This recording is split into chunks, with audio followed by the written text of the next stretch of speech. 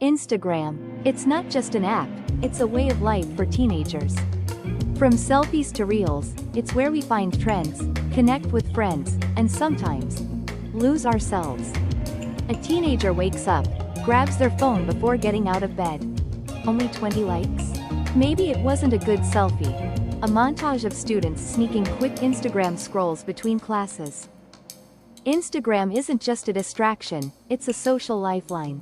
Catching up on memes, DMing friends during boring classes. Who hasn't done it? One friend whispers to another. Did you see Priya's reel yesterday? It's viral. Zoom in on a teenager editing a photo obsessively, fixing filters and captions.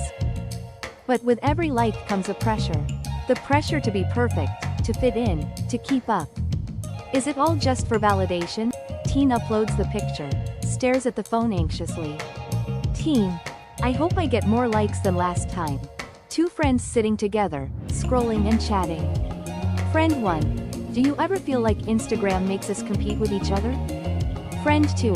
Yeah, but it also makes us laugh and stay connected. It's kinda a love-hate thing. A digital playground with highs, lows, and plenty of selfies.